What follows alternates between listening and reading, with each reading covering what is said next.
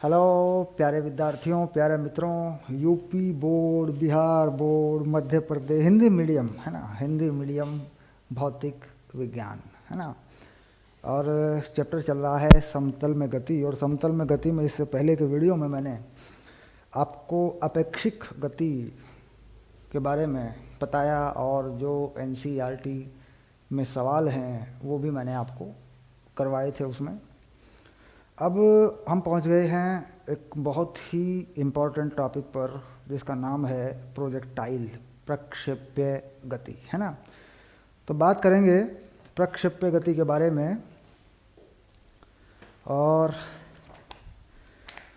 जो सवाल हैं प्रक्षेप्य गति पर एनसीईआरटी बुक में हैं या हम अपनी तरफ से बताएंगे आपको, तो वो भी हम करेंगे। ठीक,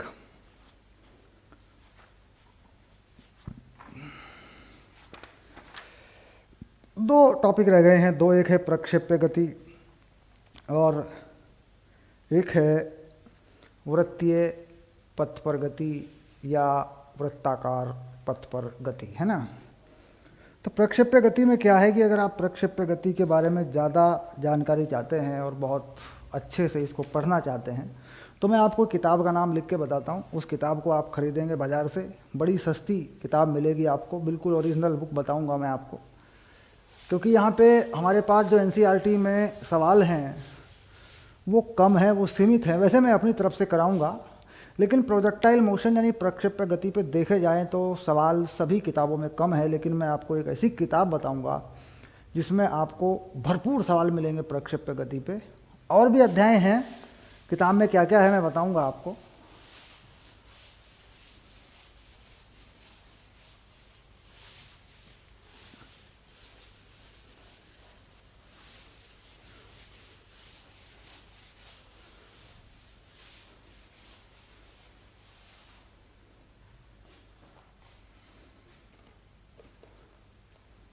अब मैं यहाँ कुछ बातें लिखने जा रहा हूँ, देखिए क्या क्या लिखूँगा मैं। गति, बल, ऊर्जा, ठीक, इन तीनों के लिए एक किताब का नाम है गति विज्ञान।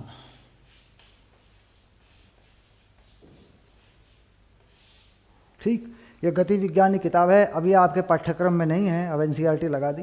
ये कहीं से आपको पुरानी मिल जाएगी, गति विज्ञान। गति विज्ञान जो पहले आया करता था गणित का, हमारे ज़माने में अभी भी था, अगर देखा जाए तो 2010-11 तक ये रहा है। तो कोई पुरानी किताब आपको मिल जाए गति विज्ञान की, 10-20 रुपए की मिल जाएगी, पतली सी किताब है ये। दरअसल जो गति विज्ञान उत्तर प्रदेश में, बिहार में या हिंदी मीडियम में राज्य सरकारों में पढ़ाया जाता था, ये होता था एस.एल. लोनी का। ठीक, इसको बोलते हैं एस.एल. लोनी डायनामिक्स। ठीक, तो ये किताब कहीं से मिल जाए आपको तो आप गति, बल और ऊर्जा, इन तीनों चीज़ों पर, यानी जो तुम कह रहे हो यांत्रिकी, भौतिक विज्ञान में क्या कहते हो, यांत्रिकी, ज़बरदस्त बना देगी तुम्हारा। मुश्किल किताब नहीं है, ऐसा सोच लें कि सर ने बताई है तो ये मुश्किल किताब होगी, मुश्किल किताब नहीं है।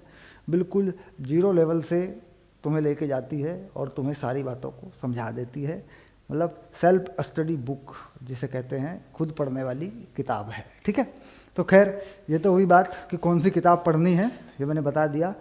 प्रक्षेप्य गति है या और कोई गति का जो अध्ययन करते हो, ठीक, ये हमारी कमजोरी होती है। वैसे भौतिक विज्ञान में ये तीन चीज़ें हमारी कमजोरी बन जाती हैं अगर हम इनको ठीक से ना पढ़ें। इनको ठीक से पूरा करने के लिए ये किताब ले आइए, गति विज्ञान, पुराने वाली, हिंदी में मिल जाएगी। यूपी बोर्ड में हमने पढ़ी है और बच्चों ने भी बहुत ने बात तक रही है, 2011-12 तक ये लगी रही। इसको कहीं से ले आइए, मिल जाएगी आसानी से, कोई दिक्कत नहीं है। ठीक है,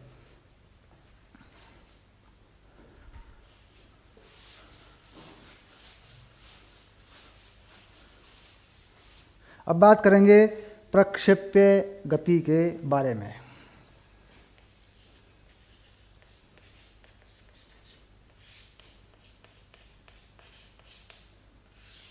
प्रोजेक्टाइल मोशन,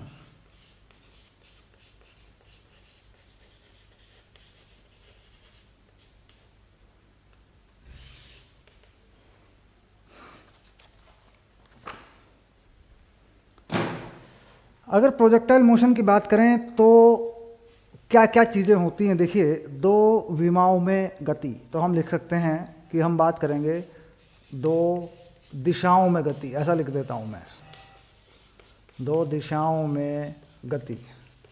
तो आसानी से माने जाने वाली दो दिशाएं हो सकती हैं वाई अक्ष और एक एक्स अक्ष, इस प्रकार।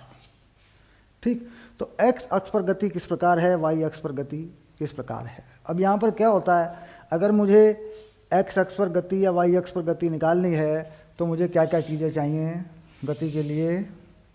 मुझे चाहिए वाई अक्ष पर वेग,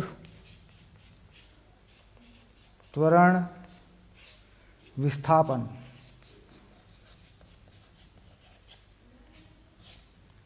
ठीक, ऐसे ही एक्स अक्ष पर भी मुझे क्या चाहिए, अगर मुझे एक्स अक्ष पर गति निकालनी है तो यही मुझे यहाँ चाहिए, वेग, विस्थापन और त्वरण। ये तीन चीज़ें मुझे चाहिए।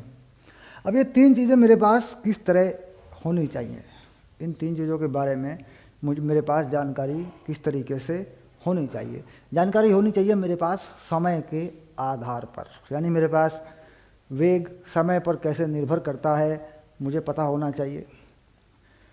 त्वरण नियत है, कांस्टेंट है, या वो घटता बढ़ता है, ये मुझे पता होना चाहिए। विस्थापन फिर मैं निकाल लूँगा, अगर मुझे वेग और त्वरण मालूम होंगे तो विस्थापन मैं निकाल लूँगा। अगर मेरे पास विस्थापन होगा तो मैं वेग और त्वरण निकाल लूँगा। कुल मिला के इनमें से दो बातें मुझे चाहिए, चाहे तो वेग और त्वरण हो मेरे पास, या मेरे पास सिर्फ विस्थापन हो। ठीक, यानी या तो मुझे विस्थापन मिले, स्थिति मिले, या वेग त्वरण की मेरे पास जानकारी हो। अब मान लीजिए इनमें से मैं एक जानकारी लेके चलता हूँ कि मेरे पास वेग और त्वरण है। तो मान लीजिए मेरे पास वाई अक्ष पर चल रही किसी वस्तु का वेग और त्वरण है। तो वेग का मतलब मेरे पास प्रारंभिक वेग है, कोई वस्तु जो चल रही है तो इसका प्रारंभिक वेग मान लेता हूँ u, और ये एक्स से चल रही है कोण थीटा पर, ऐसे। तो अगर मैं इसका प्रारंभिक वेग लिखना चाहता हूँ तो क्या बनेगा, यहाँ पर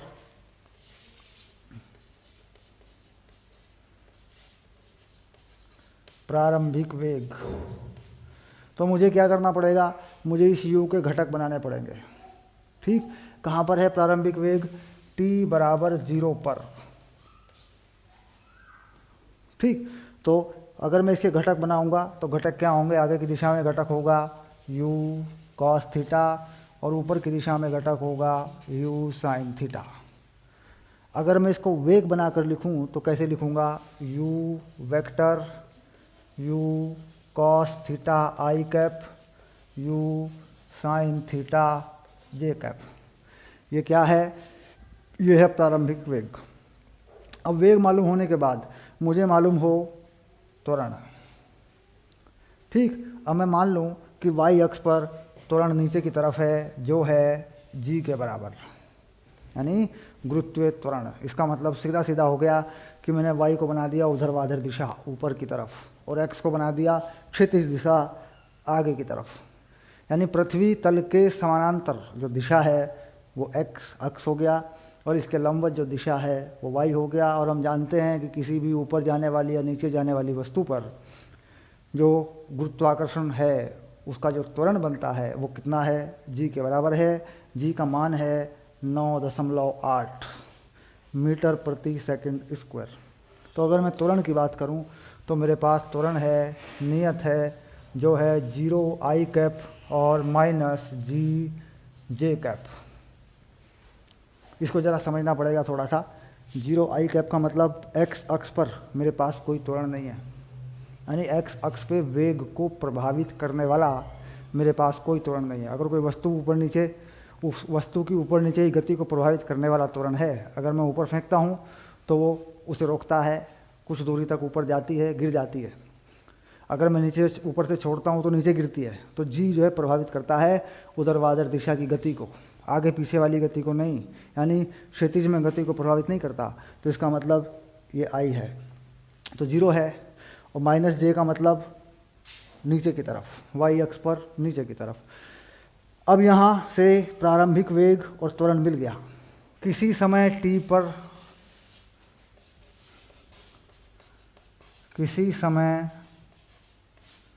t पर वेग, ठीक, v बराबर u प्लस ए टी के अनुसार, v बराबर u प्लस ए टी के अनुसार,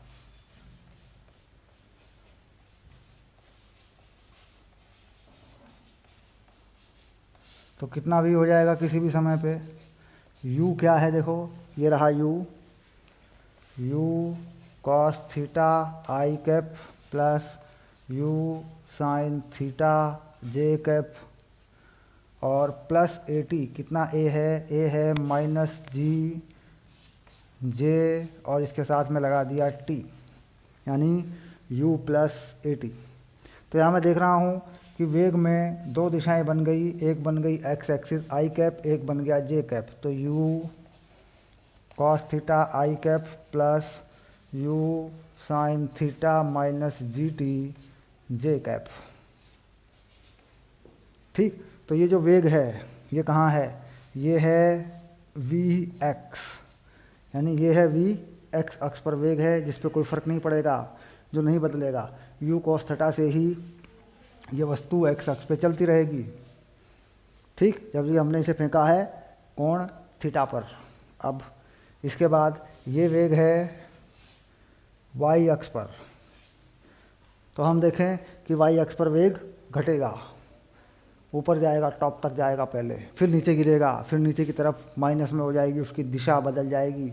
मान लीजिए ये वस्तु ऊपर की तरफ जाए, यहाँ तक जाए, फिर नीचे गिरे, तो क्या होगा, इसकी दिशा, वेग की दिशा नीचे की तरफ हो जाएगी।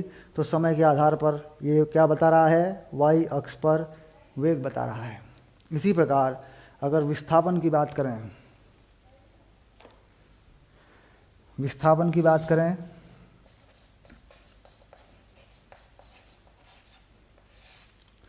ठीक, विस्थापन r मान लें, मान लो वस्तु यहाँ से यहाँ पहुँची हुई है इस से, तो इसे मान लेते हैं कि ये r है, ये विस्थापन है, मान लो यहाँ से यहाँ तक पहुँची, तो इसको r मान लिया यहाँ तक, किसी भी समय पे, ठीक।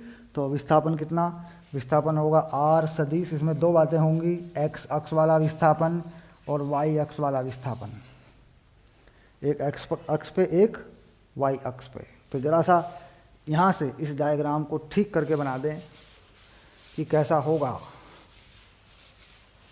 अब अगर देखा जाए तो कुछ ऐसी स्थिति है, यूँ ऊपर जा रही वस्तु आगे आ रही है, ये कोण है थीटा, और इसको फेंका गया है एक वेग u से, ये वाई अक्ष है और ये एक्स अक्ष है, और यहाँ कोई विस्थापन मान लिया, ये है r सदिश, इसमें एक दिशा है x अक्ष का विस्थापन है और ये है y अक्ष का विस्थापन, और ये कण यहाँ पर है, और यहाँ पर जो इसका वेग है वो है v। ये जो वेग है v, किसी भी समय पे वेग v, वो क्या है, कहता है जिस दिशा में चल रहा है, जिस रास्ते पर चल रहा है, उस रास्ते की स्पर्श रेखा के अनुदिश, जिस रास्ते पर चल रहा है उसकी स्पर्श रेखा के अनुदिश ये दिशा है, ठीक।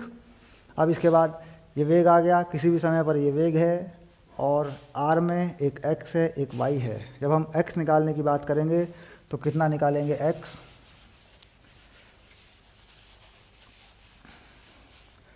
अब x की बात करें तो इतना हो जाएगा u cos थीटा t, बस। क्यों, क्योंकि x अक्ष पर कोई त्वरण नहीं है, और समीकरण कौन सा लगा दिया, ut plus half A T square, तो x पे a नहीं है तो half A T square zero हो जाएगा। और y की बात करें तो y हो जाएगा u sine theta t minus half G T square. इससे क्या होगा, इससे मिलेगा y अक्ष का विस्थापन, यानी ऊपर नीचे की दिशा में गति किस प्रकार हो रही है, इससे ये मिलेगा। यानी एक गति आगे की तरफ है, बिल्कुल साफ हो गया, एक गति ऊपर नीचे है, बिल्कुल साफ हो गया दोनों से। दोनों में समय एक जैसा ही रहेगा, समय नहीं बदलता। अगर कोई दो घटनाएं घट रही हों तो दोनों में समय एक जैसा रहता है। दुनिया में कितनी भी घटनाएं घट रही हों, समय एक ही तरीके से बदलता है, और हम जोड़ लेते हैं। समय के आधार पर ही हम संबंधों को स्थापित करते हैं, संबंधों को जोड़ते हैं, रिलेशन को जोड़ते हैं। अब ये क्या हो गया, x और y का विस्थापन आ गया, तो यहाँ लिख देंगे इसको। तो कितना बन गया, विस्थापन कितना बन गया, u cos theta t I cap plus u sine theta t minus half G T square J cap. ये विस्थापन है, या इसे कह सकते हैं ये नई स्थिति है। पहली स्थिति कहाँ है, पहली स्थिति को माना तुमने मूल बिंदु पर, नई स्थिति कहाँ है, x, y पर। इसमें x का मान क्या है, ये रहा, y का मान क्या है, ये रहा। ठीक, तो इस तरीके से जो गति हो रही है, कोई भी ऑब्जेक्ट अगर फेंक दिया जाए क्षैतिज दिशा से यहाँ ऐसे थीटा कोण बनाते हुए, तो ये गति उसमें हो रही है। इस गति को कहते हैं प्रक्षेप्य गति। ठीक, अब यहाँ जो महत्वपूर्ण समीकरण है या महत्वपूर्ण रिलेशन आपने बनाए हैं, संबंध बनाए हैं, बस उनको पकड़ लेंगे, उससे सारी चीज़ें निकल जाएंगी। सबसे पहली बात, एक्स वाई के विस्थापन ये हैं, ये पकड़ लेते हैं, और जो वेग हैं ये हैं, ये एक्स का, ये वाई का, इसको पकड़ लेते हैं, बाकी चीज़ों को हटा लेते हैं।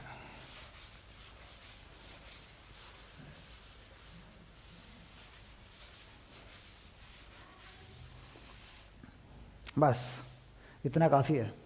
अब ये कहता है अधिकतम ऊंचाई तक जाने में लगा समय, अधिकतम ऊंचाई तक जाने में लगा समय। तो अधिकतम ऊंचाई तक ले जाने वाला वेग कौन सा है, ये है अधिकतम ऊंचाई तक ले जाने वाला वेग। ऊर्ध्वाधर दिशा में जो वेग है वो ही ले जाता है अधिकतम ऊंचाई तक। तो अधिकतम ऊंचाई तक जाने में लगा समय लिख सकते हैं, अधिकतम ऊंचाई तक जाने में लगा समय। कैसे निकालेंगे, यहीं से लगा देंगे इस समीकरण को। ये वो वेग है जो ऊपर की तरफ है, ऊपर की तरफ वेग यहाँ पे आके 0 हो जाएगा, यहाँ से ऊपर नहीं गया, तो यहाँ वी वाई कितना हो जाएगा, 0। ऊपर ले जाने वाला वेग 0 हो जाएगा, इससे ऊपर नहीं जाएगा बस। अब तो यहाँ इसका मतलब है कि जो वी वाई है वो है हमारे पास u sine theta minus G T, इसको लिख देते हैं 0 u sine theta minus G T. इसे हल करते हैं तो t आता है u साइन थीटा अपॉन जी, या ये वो समय है जो अधिकतम ऊंचाई तक जाने में लगा। ठीक, अब अधिकतम ऊंचाई से ज़मीन पर आने में लगा समय भी इतना ही होगा।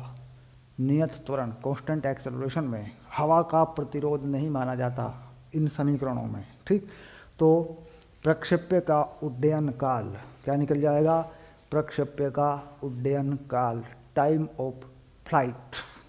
कैसे, इस टाइम को जो ऊपर अधिकतम ऊंचाई तक जाने में लगा, इसका डबल कर दो, इसका 2 गुना कर दो, तो क्या हो जाएगा, यहाँ डबल कर दूं तो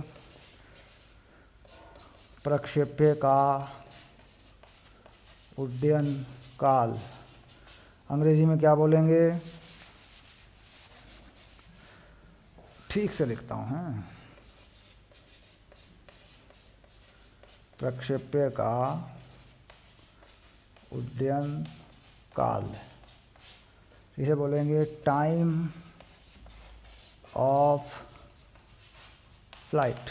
तो कितना हो गया t, इसको डबल कर देता हूँ, 2u sine theta by G, ये आ गया। देखो प्रक्षेप्य का उड्डयन काल कहाँ से आया, आपने समझ लिया, ऊपर की तरफ जो वेग है उसी से इसको निकाला गया है। क्योंकि क्षैतिज दिशा में इस तरफ जो वेग है, जब इसको यहाँ से इस तरफ यूँ फेंका जाएगा तो ये वेग बदल नहीं रहा है, ये है सिर्फ u cos थीटा। तो वेग लिख देते हैं, इस तरफ जो वेग रहता है वो कितना रहता है, वो रहता है बस u cos थीटा। और यहाँ से फेंका गया वेग शुरू में कितना होता है, u साइन थीटा। और किसी भी टाइम पे कितना वेग रहता है, यहाँ लिख देते हैं वी वाई, ये रहता है u sine theta minus G T, ये रहता है समय के आधार पर ऊपर की तरफ।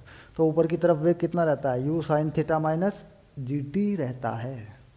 और क्षैतिज दिशा में कितना रहता है, हमेशा u cos थीटा रहता है। ठीक, अब उड्डयन काल के बाद कहता है अधिकतम कितनी ऊंचाई तक जाएगा, ठीक, अधिकतम ऊंचाई। तो प्रक्षेप्य की अधिकतम ऊंचाई कितनी, कैसे निकालोगे?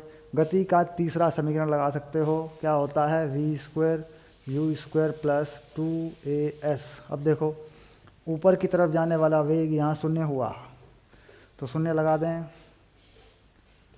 कितना था पहले ही वेग ऊपर की तरफ जाने वाला, u साइन थीटा, तो प्रारंभिक वेग लगा दें u साइन थीटा का स्क्वायर प्लस 2।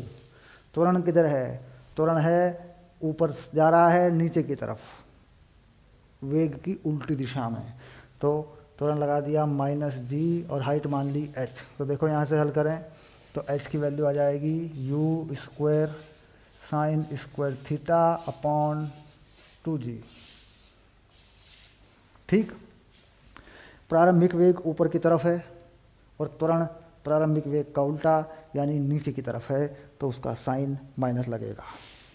यानी यहाँ पर जो साइन होते हैं वो प्रारंभिक वेग की दिशा के हिसाब से लगते हैं। मैं फिर बता दूं आपको, मान लीजिए v = u प्लस at है, ठीक। इस u की दिशा के विपरीत, इसकी नहीं, v की कोई दिशा नहीं है अभी, v आएगा, आया नहीं है अभी तक v। तो अगर प्रारंभिक वेग की दिशा के विपरीत है त्वरण तो नेगेटिव लगेगा, और अगर उसके साथ है तो पॉजिटिव लगेगा। यानी इन दोनों की दिशाएं निर्धारित होती हैं, इसकी नहीं होती। इसकी दिशा बाद में आती है, ये प्लस में आता है या ये माइनस में आता है, ये बाद की बात है। प्रारंभिक वेग की दिशा किधर है, ऊपर की तरफ, और त्वरण की दिशा किधर है, नीचे की तरफ। तो इसलिए प्रारंभिक वेग की दिशा को प्लस माना और त्वरण की दिशा को माइनस माना, तो ये आ गई अधिकतम ऊंचाई। यानी इतनी ऊंचाई पर जाके ऊपर ले जाने वाला वेग शून्य हो जाएगा, तो इससे मिल गया अधिकतम ऊंचाई।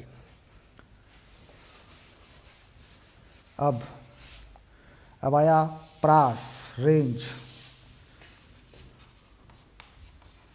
प्रक्षेप्य का प्रास, इसे कहते हैं रेंज,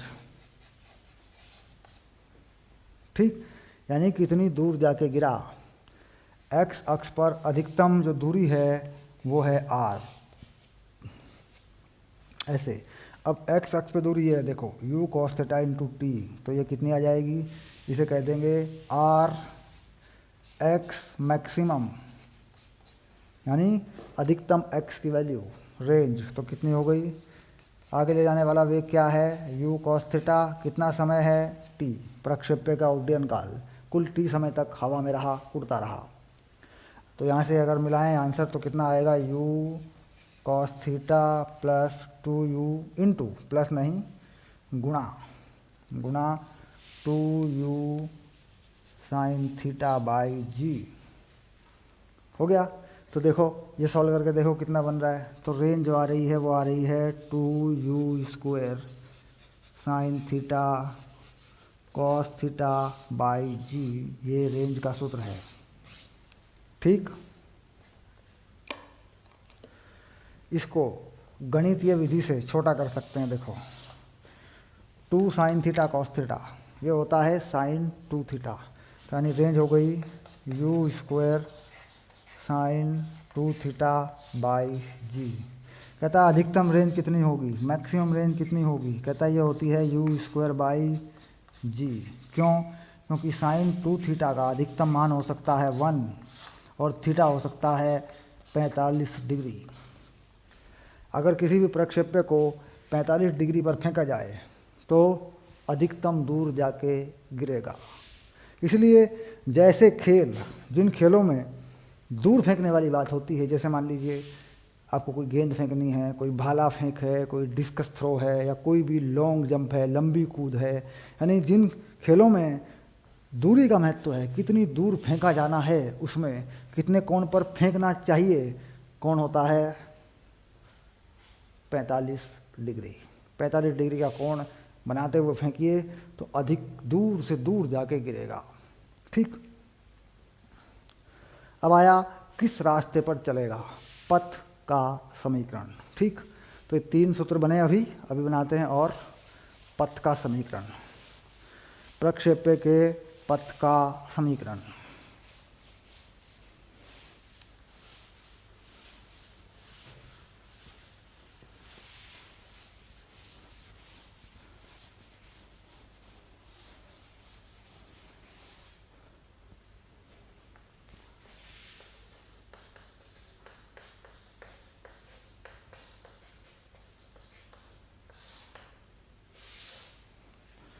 ठीक, पथ का समीकरण। पथ का समीकरण कहीं भी निकालना हो, सवाल प्रक्षेप्य गति का नहीं है, कहीं भी निकालना हो तो होता क्या है कि जो निर्देशांक हैं, जो दोनों अक्षों पर विस्थापन है, उनका संबंध समय पर आधारित होना चाहिए।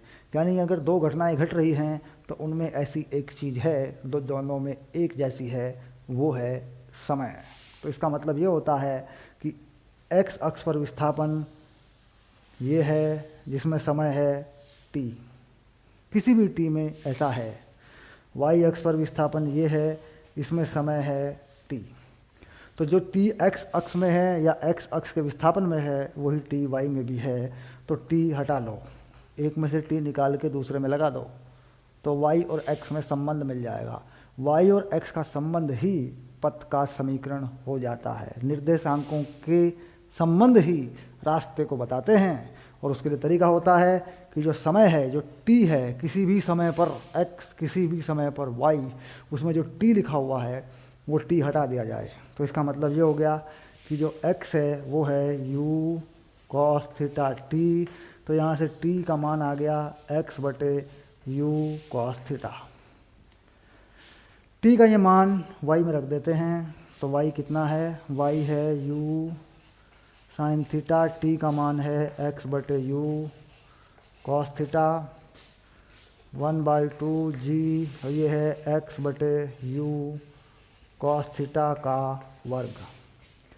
तो ये बन गया पथ का समीकरण। इसको थोड़ा सा हल कर देते हैं। देखिए u काट देते हैं, साइन थीटा बटे कॉस थीटा टेन थीटा, तो y हो गया x टेन थीटा। ठीक, आगे देखिए कुछ कटेगा नहीं, 1/2 G X square U square cos square theta. ठीक, अगर देखें इसमें क्या बदल रहा है, थीटा कोण जिस पर आपने फेंका है वो नहीं बदलेगा बाद में। एक बार आपने जिस कोण पर फेंक दिया वही रहेगा, शुरू का कोण वही रहेगा, बाद में कोण बदलेगा वो मैं बताऊंगा, लेकिन पहला कोण वही है, ये बदलेगा नहीं। जिस वेग से आपने फेंका वो नियत है, वो हो चुका। जी गुरुत्वीय त्वरण है, वो भी फिक्स है। तो क्या बदल रहा है, बदल रहा है y और x। ठीक, तो अगर इसका इस समीकरण को सरल करके लिखें तो ये ऐसा होगा y equal to a x minus b x square. ठीक, अगर इसके गणित की परिभाषा दे दें तो यह है परवलयाकार पथ। परवलयाकार पथ अंग्रेजी में बोलते हैं पैराबोलिक पाथ। ठीक, यानी प्रक्षेप्य परवलयाकार पथ पर चलता है। ठीक, अब ये हो गया पथ का समीकरण। ये सिर्फ बताने को है, लिख देते हैं कि ऐसा है, वास्तव में ये ज़्यादा याद करने की ज़रूरत नहीं है, इसको इसी को याद रखना है, ये सही है बिल्कुल, इसी को याद रखना है। एक्स टेन थीटा, थीटा जिस कोण पर फेंका है, एक्स वाई निर्देशांक हैं और यू प्रारंभिक वेग है, जी 9.8 यानी गुरुत्वीय त्वरण है। ठीक, अब बात करते हैं वेग। किसी भी समय पर वेग की दिशा और उसका परिमाण। ठीक, तो वेग तो हमने देख लिया, किसी भी समय पर वेग कितना होगा। अब करते हैं उसकी दिशा की बात।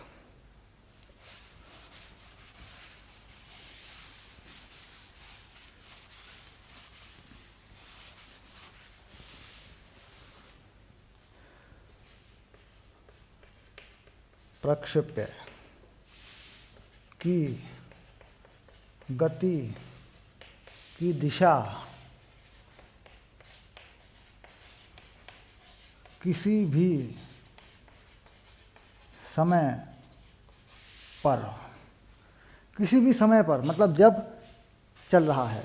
तो अगर देखें इस तरीके से, देख लें, बना के बड़ा सा बना के देखें, ये हो रहा है, मान लीजिए यहाँ पे चल रहा है, तो ये है दिशा, वेग की दिशा। इसमें एक वेग है vx और एक वेग है vy। vy है u sine theta minus G T और vx है u कॉस थीटा। जहाँ यहाँ से फेंका है तुमने u से, पहला कोण है थीटा, ये है तुम्हारा y अक्ष और ये है तुम्हारा x अक्ष। ठीक, तो ये दिशा देखी जानी है x अक्ष से। तो देखा जाए तो ये वाला कोण है, इस कोण को कह सकते हैं अल्फ़ा। तो इसे बनाते हैं tan में tan अल्फ़ा, लंब बटे आधार। ठीक, देखा जाए अगर यहाँ एक त्रिभुज बना लूँ मैं, तो इस त्रिभुज के लंब पे कौन सा वेग है vy और इसके आधार पे कौन सा वेग है vx, और परिणामी वेग क्या है जो कर्ण पर है इस त्रिभुज के, वो है v। इसका मतलब लंब बटे आधार, तो ये हो गया vy बटे vx। अगर वैल्यू रख दूँ u sine theta minus G T और बटे u कॉस थीटा। अब इसे ठीक कर दूँ, अल्फ़ा की वैल्यू निकाल दूँ, तो ये हो जाएगा tan inverse u sine theta minus G T u cos theta.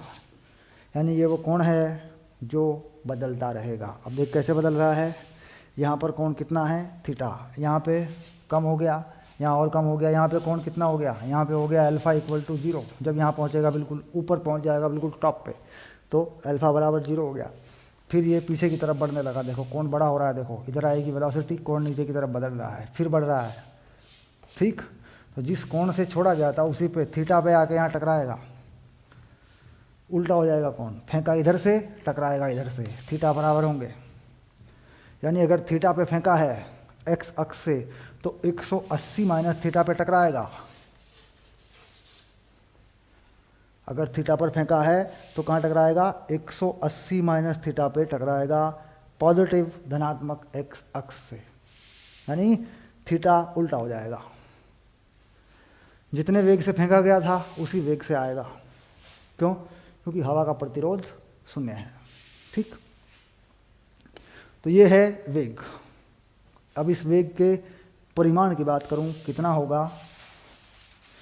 वेग की दिशा हो गई, अब बात करता हूं वेग का परिमाण। किसी भी समय पर वेग का परिमाण, वेग का परिमाण, तो वेग लिख लेते हैं पहले।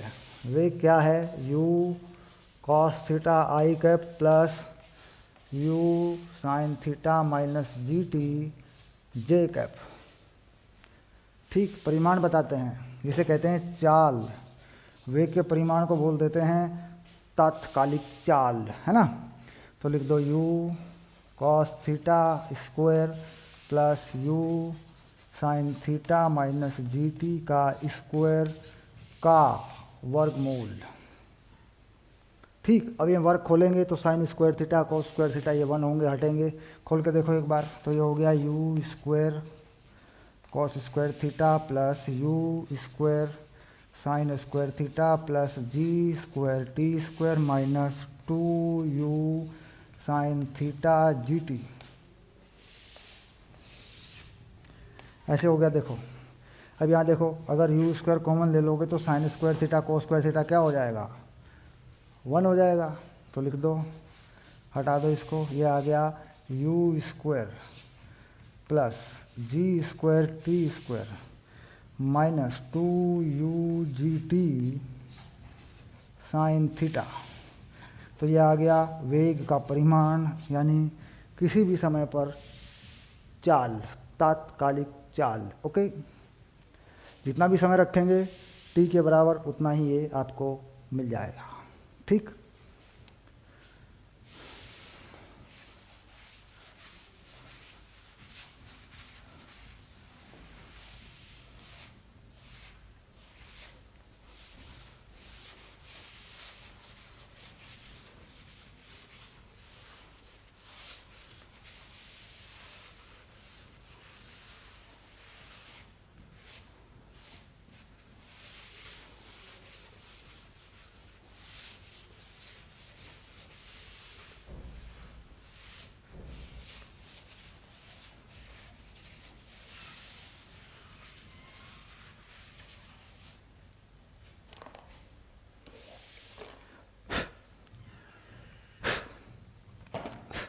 अब हमारा काम और क्या है प्रक्षेप्य गति में, और हमें क्या पढ़ना है।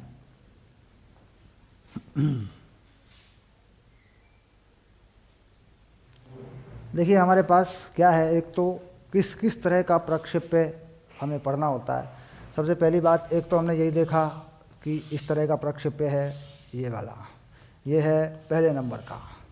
इसके बाद दूसरे नंबर का प्रक्षेप्य बिल्कुल क्षैतिज से आता है, यूँ, ठीक, कोई चीज़ यूँ गिरती है, ये दूसरे नंबर का है। हॉरिजॉन्टल प्रोजेक्टाइल, इसे कहते हैं क्षैतिज प्रक्षेप्य। यहाँ से फेंका सीधा आगे की तरफ, किसी बिल्डिंग से आगे की तरफ फेंक दिया। मान लो ये बिल्डिंग है, ऐसे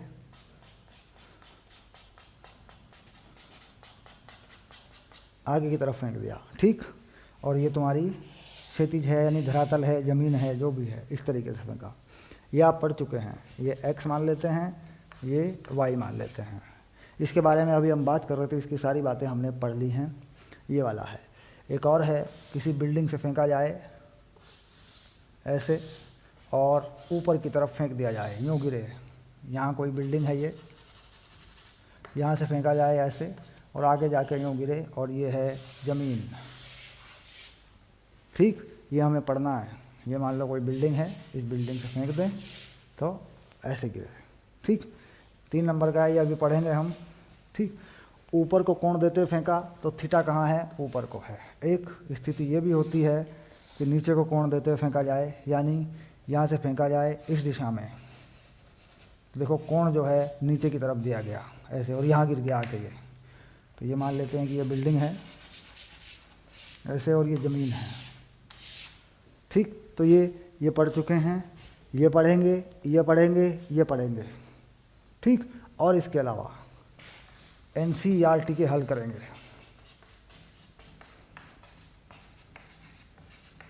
ठीक। किस किस का हल करेंगे, उदाहरण करेंगे और अभ्यास करेंगे, ठीक।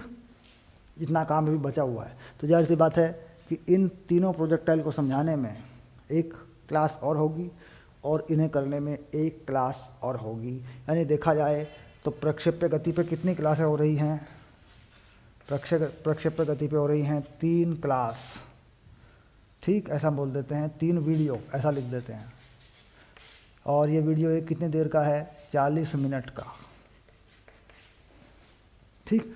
40-45 मिनट का एक वीडियो है, 3 वीडियो होंगे। एक वीडियो हो चुका है, अगले का इंतज़ार करिए, जल्दी ही मैं बनाने वाला हूँ, ओके।